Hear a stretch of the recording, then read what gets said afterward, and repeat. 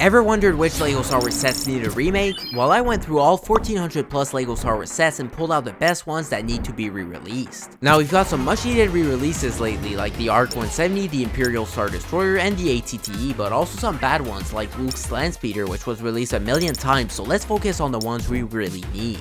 We'll go from the most recent to the oldest LEGO Star Wars sets, and all prices will be for sets in unique edition. If the video gets 1,000 likes, I'll make another video about the LEGO Star Wars sets that have never been released before and would be cool to see.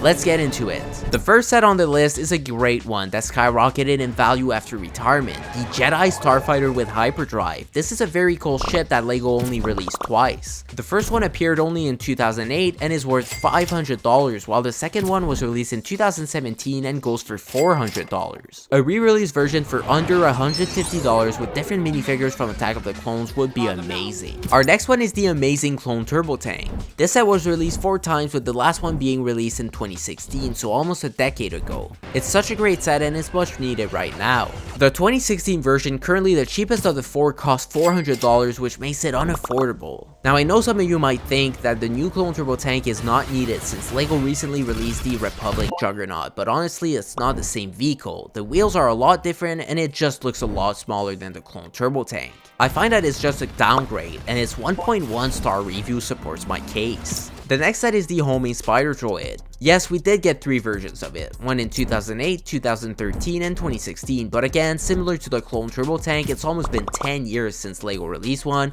and the prices are all ridiculously high, with the 2013 version being the cheapest at $120. I'm sure LEGO would sell that one for $50 to $60 nowadays, so it'd be a lot cheaper for people to buy a newly released one, and it's a much needed set to build your droid army.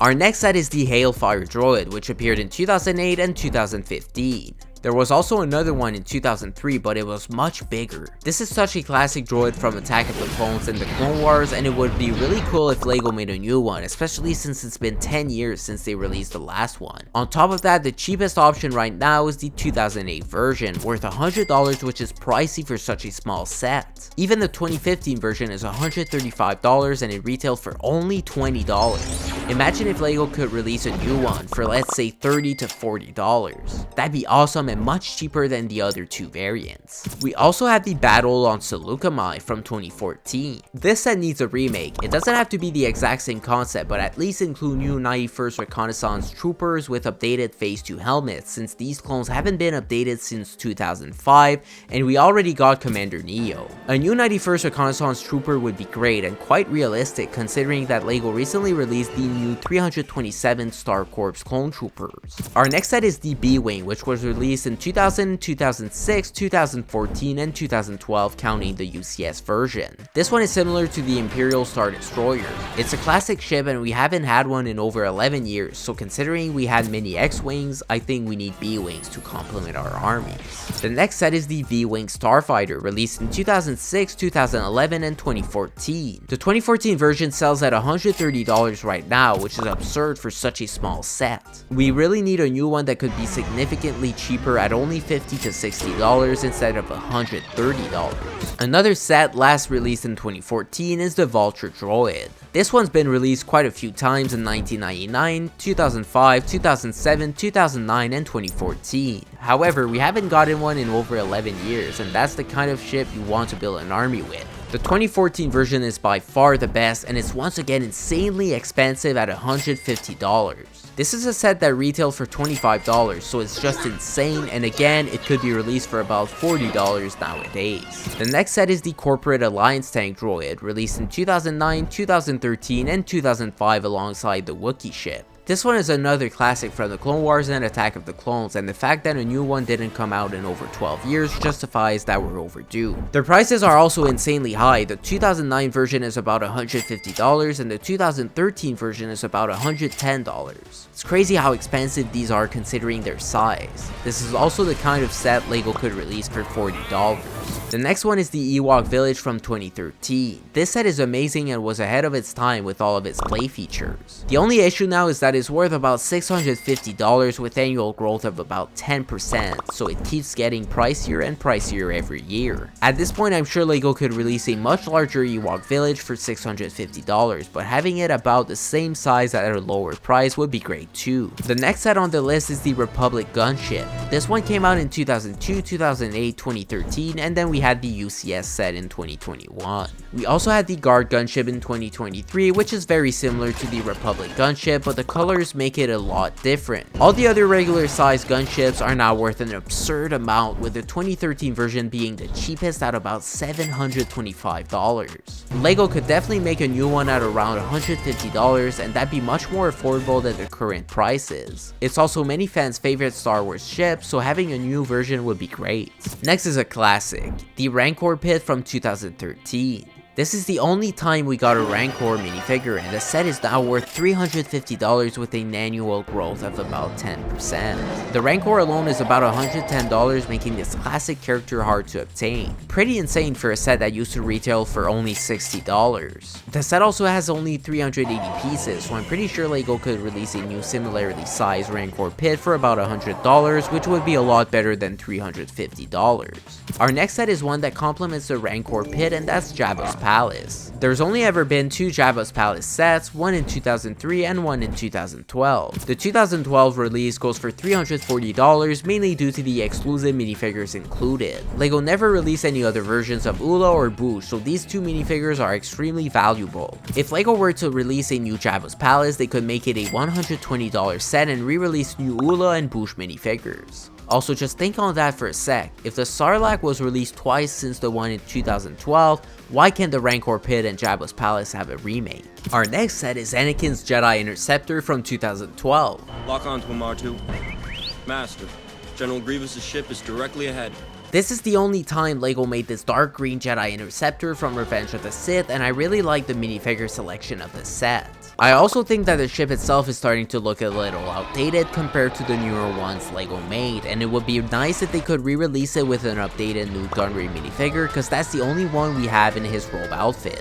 They could even add Wat Tambor, which would be great as he's never been released before. On top of that, this set costs $220 or more, which is pretty insane considering it only has 300 pieces. That's also the type of set that LEGO could release for $40 nowadays. Next is the Gungan sub. Not only was it released only in 1999 and 2012, but it's also quite expensive. The 2012 version goes for $435, mainly because of Queen Amidala, which goes for about $180 in good condition. Then we have the 1999 version, which is about $250 because it's a vintage set, so it doesn't really make it easier for fans to buy the ship. With that being said, it's pretty obvious that we need a remake of this set with Queen Amidala, and we could realistically have all of that for $120. Our next set is one of my favorites, the Malevolence from 2012. This set has been released only once and it's worth $540. It's such a great ship from the Clone Wars, and I hope LEGO eventually releases it again because right now it's quite unaffordable. I doubt they'll ever remake this set, but it'd sure be cool if they did.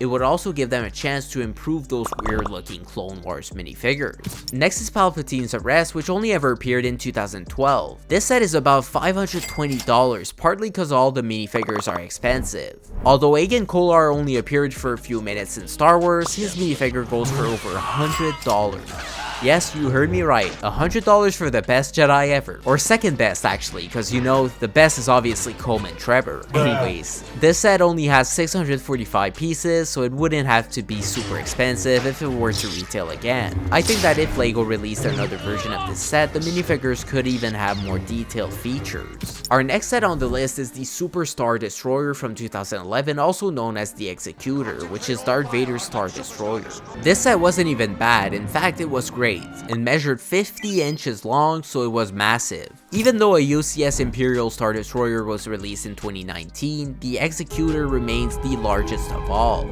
However, there is one big issue. The Executor is supposed to be 12 times the size of an Imperial Star Destroyer, and now it's only 7 inches longer in LEGO. That's why they need to make a new one again. Although it'd be far too expensive to make it 12 times bigger, it'd be nice if LEGO made it twice the size. On top of that, the price is absurd. To get one in used condition, you're looking at about $700, and in new condition, about $1,250. Overall, it's one of the coolest Star Wars ships, so I really hope LEGO releases a new one. Next is Plo Koon's Jedi Starfighter, which was released only once in 2010. It's quite outdated now, especially when comparing it to the newer Jedi Starfighters. It's also worth a ridiculous amount at $150. That's the kind of set that LEGO could release for about $40 to $50, and that's why it's on the list.